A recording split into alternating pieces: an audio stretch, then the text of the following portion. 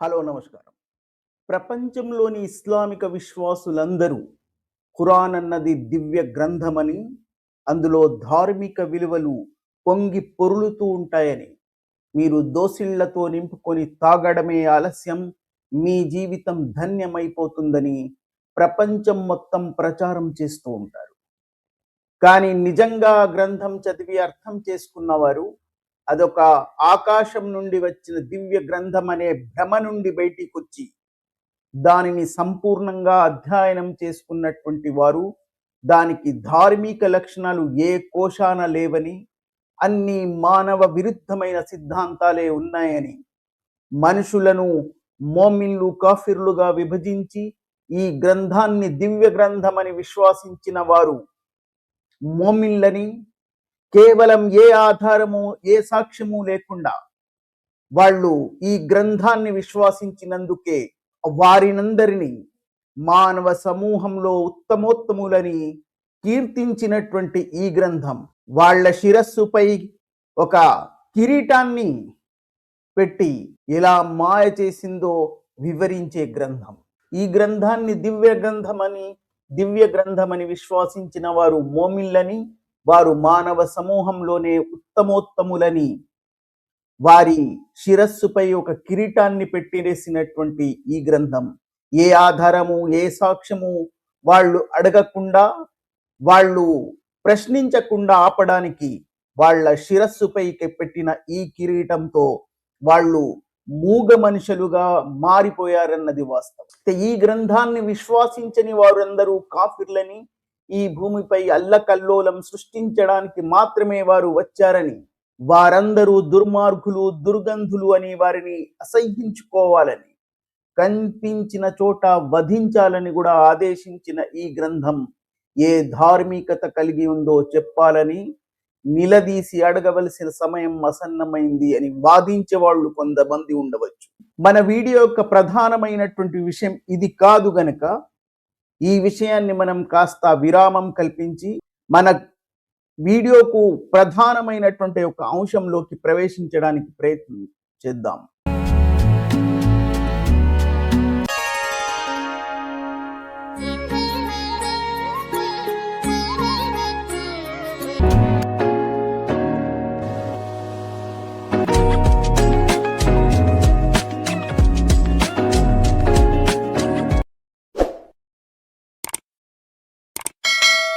ఈ మధ్య కాలంలో ఇస్లాంలో ఉన్న ఒక అధార్మిక మానవ సమాజం తలవంచుకునే ఒక విషయం ఇస్లాంలో ఒక వర్గంలో ఉందని తెరపైకి వచ్చి చర్చాన్యాంశం అయినటువంటి ఒక విషయం గురించి. ఏమిటా విషయం?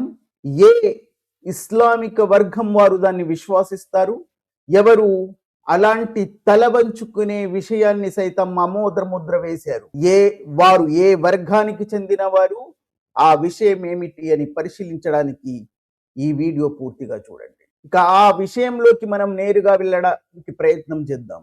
ఒక ఇస్లామిక విశ్వాసి అయిన వ్యక్తికి ఏదైనా స్త్రీతో అక్రమ సంబంధం ఉండి, ఆ సంబంధంలో ఒక అమ్మాయి పుట్టి ఆమె పెద్దయిన తర్వాత ఆ వ్యక్తియే ఆ అమ్మాయిని వివాహం చేసుకోవచ్చా అనే విషయం. అవును, చేసుకోవచ్చు అని ఆ ముస్లింలలో ఒక వర్గమైన ఇమాం షాఫీ వర్గం ఆమోదముద్ర వేస్తుంది అన్నది చాలా కాలంగా ఉన్న వివాదం అయినప్పటికీ ఈ మధ్య సామాజిక మాధ్యమాల ద్వారా మరోసారి తెరపైకి వచ్చింది. ఇదే మన వీడియో యొక్క ప్రధానమైనటువంటి అంశం. మరి ఇస్లాంలో నిజంగా కూడా ఈ ఇమాం షాఫీ అన్న వర్గం ఏమిటి? ఎందుకు ఇస్లాంలో ఉన్న ఏ అంతిమ ప్రవక్త తర్వాత ఇన్ని వర్గాలుగా ఇంతమంది ఇమాముల కింద ఎందుకు విభజించబడింది? ఏమిటా చరిత్ర? మరి నిజంగా కూడా మానవ జాతి మొత్తం తలవంచుకునే విధంగా ఒక వ్యక్తికి తన అక్రమ సంబంధం ద్వారా పుట్టినా సరే అతనికి ఉన్నటువంటి ఆ కూతురితో కూడా, ఆ కూతుర్ని కూడా తను మళ్ళీ వివాహం చేసుకోవచ్చని, ఆ వ్యక్తియే ఆ కూతుర్ని వివాహం చేసుకోవచ్చని విశ్వాసించే ఆ నీచమైనటువంటి విషయాన్ని ఆమోదముద్ర ఆమోద ముద్ర వేసినటువంటి వర్గం ఎవరు? అది వాస్తవంగా జరిగిందా? మరి ఈ విషయాన్ని ప్రముఖ ఇస్లామిక మత ప్రచారకుడైనటువంటి భారతదేశంలో బ్రిటిష్ పరిపాలనలో భారతదేశంలో ఉండి దాని తర్వాత పాకిస్తాన్కు వలస వెళ్ళిపోయినటువంటి మౌదూదీ ఏమని ప్రస్తావించారు? తన అక్రమ సంబంధంలో పుట్టినటువంటి ఒక అమ్మాయినే ఆ వ్యక్తి వివాహం చేసుకోవచ్చని ప్రస్తావించబడినటువంటి ఈ విషయాన్ని మౌదూదీ ఎలా ప్రస్తావించారు? మరి ఆయన యొక్క విశ్వాసం ఏమిటి? ఆయన ఎక్కడ ఏ విధంగా ఈ విషయాన్ని స్పర్శించారో పూర్తి వివరాలు ఇందులో చూద్దాం. అబుల్ అలా మౌదూదీ. ఈ మౌదూదీ ఎవరు అంటే ఆయన బోధనలు, ఆయన రాసినటువంటి ఇస్లామిక పుస్తకాలు, తఫీహీముల్ ఖురాన్ అనే ఒక ఖురాన్ అనువాదం మరియు వ్యాఖ్యానం రాసినటువంటి వ్యక్తి. దానితో మొదలు ఆయన రాసినటువంటి ఇస్లామిక తత్వశాస్త్రంతో సహా ఆయన రాసినటువంటి ఇస్లామిక సాహిత్య దర్శనం చేసినటువంటి వారికి ఖచ్చితంగా మౌదూదీ ఏమిటో అర్థమవుతుంది. మౌదూదీ జీవించింది బ్రిటిష్ ఇండియాలోను, తర్వాత స్వాతంత్ర పాకిస్తాన్లోను. ఆయనకు మనుషులు ఏర్పాటు చేసుకున్నటువంటి జనాధిపత్యం కానీ మతేతర తత్వం అన్నా మానవ వివేకంతో రూపొందించిన సిద్ధాంతాలన్నా ఆయనకి ఏమాత్రం ఆమోదయోగ్యం కాదు. ఆయన మానవ వివేకాన్ని పూర్తిగా నిరాకరించినటువంటి వ్యక్తి. మనిషి న్యాయ నిర్ణయం అంటే కేవలం అల్లాహ్ మాత్రమే చేయాలని, మనిషి వివేకంతో సాధించినటువంటి ఏ తీర్పును ఆయన అంగీకరించలేదు. అలాంటి ఏ తీర్పు కూడా శాశ్వత పరిష్కారాన్ని కలిగించదని ఆయన విశ్వసించాడు. కేవలం ఇస్లాంలో ఉన్నటువంటి న్యాయ వ్యవస్థ మాత్రమే మొత్తం ప్రపంచానికి న్యాయం చేకూరుస్తుందని ప్రపంచం మొత్తం మీద ప్రచారం చేశాడు. అంటే ఆయన ఇస్లాంలోనే జీవించాడు, ఇస్లాంనే శ్వాసించాడు, ఇస్లాంనే రాశారు. ఇస్లాం తర్వాత ఆయన ఏ ఒక్క తన యొక్క ఉర్దూ సాహిత్యంలో ఎక్కడ కూడా ఇస్లాం లేని ఒక వాక్యాన్ని కూడా రాయలేదు. అందులో ప్రతి చోట ఆయన మానవ వివేకానికి ఏ మాత్రం విలువనివ్వకుండా దాన్ని మానవ వివేకాన్ని తృణీకరించినటువంటి వ్యక్తి. ఇలాంటి ఒక వ్యక్తియే మొత్తం ప్రపంచం మొత్తం మీద ఇస్లాం స్థాపించబడాలని ఆయన స్థాపించిన సంస్థ పేరే జమాతే ఇస్లామీ. అది ఇప్పటికీ భారతదేశంలో కొనసాగుతూనే ఉంది. ప్రపంచంలో చాలా దేశాల్లో ఉన్నప్పటికీ కొన్ని ఇస్లామిక దేశాలు ఆ సంస్థను నిరోధించాయి, నిషేధించాయి. దానికి కారణం అది ఇస్లాంకి వ్యతిరేకమని కాదు, అక్కడ ఉన్నటువంటి భరణాధికారులకు అది సమస్యలను సృష్టిస్తుందని వాళ్ళు దాన్ని నిరోధించారే తప్ప అది ఇస్లాంకు విరోధమని కాదు, ఇస్లాంలో లేనటువంటి అంశాలను ప్రస్తావిస్తుందని కాదు. ఎందుకంటే అది ఇస్లాం పూర్తి ప్రపంచంలో స్థాపించబడాలని విశ్వసించే స్థాపనమే అది. దాన్ని భారతదేశం నిరోధించలేదు, అది భారతదేశంలో ఇప్పటికే ఉంది. ఆయనే దానికి ఈ మౌదూదీయే దాని ప్రధాన స్థాపకుడు. మరి ఈయన గురించి ఇంతగా చెప్పవలసినటువంటి అవసరం ఎందుకు వచ్చింది అంటే, ఇప్పుడు ఇక్కడ ప్రస్తావించబడినటువంటి అంశం ఏదైతే ఒక మనిషి తనకు ఏదైనా ఒక స్త్రీతో అక్రమ సంబంధం ఉండి ఆ అక్రమ సంబంధంలో ఒక అమ్మాయి పుట్టినట్లయితే ఆమె పెరిగిన తర్వాత ఆ అమ్మాయిని కూడా వివాహం చేసుకోవచ్చా అనే ఈ ఆధార్మిక విషయాన్ని ఆమోద ముద్ర వేసినటువంటి ఇస్లాంలోని ఇమాం షాఫీ యొక్క వర్గాన్ని ఈ మౌదూదీ ఎక్కడ ప్రస్తావించారు, ఎందుకు ప్రస్తావించారు, ఎలా ప్రస్తావించారు అన్నదే ఈ మౌదూదీ గురించి మనం చెప్పదలుచుకున్నటువంటి ప్రధానమైనటువంటి విషయం. ఈ మౌదూదీ నేను ముందే ప్రస్తావించినట్టు ఖురాన్ యొక్క అనువాదంతో పాటు దాని వ్యాఖ్యానాన్ని తఫీహీముల్ ఖురాన్ అనే ఒక గ్రంథంలో చాలా విశదంగా వివరించాడు. ప్రతి వచనాన్ని వ్యాఖ్యానించాడు. ఖురాన్లోని సూరే నిసా అనే 4వ అధ్యాయంలోని 23వ వచనాన్ని వ్యాఖ్యానిస్తూ ఆయన ప్రస్తావించినటువంటి విషయమే ఈ విషయం కూడా అందులో స్పష్టంగా చెప్పబడింది. ఆ విషయం ఏమిటో మీకు లతో సహా చూపించబోతున్నాను. ఈ తఫీహీముల్ ఖురాన్ యొక్క ఆ ఉర్దూ ఎందుకంటే మౌదూది రాసింది ఉర్దూయే కాబట్టి, ఉర్దూలోనే ఈ గ్రంథాన్ని రాశారు కాబట్టి నేను చదివింది ఉర్దూలోనే.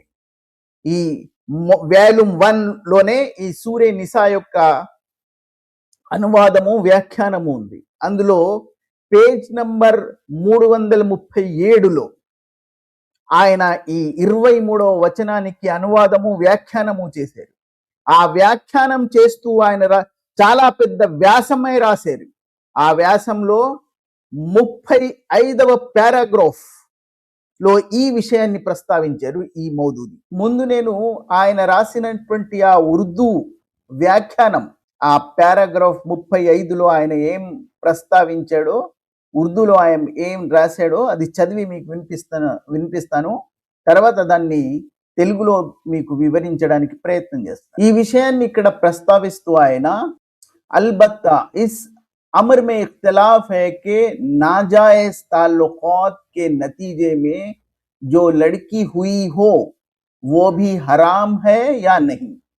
इमाम अबू हनीफा, मालिक और अहमद इब्न हम्बल रहमतुल्लाह अलैहि के नजदीक वो भी जायज बेटी की तरफ मुहर्रमात हैं और इमाम शाफी के नजदीक वो मुहर्रमात में से नहीं है, मगर दर हकीकत ये तसव्वर भी జౌఖ సలీం పర్ బార్ హై.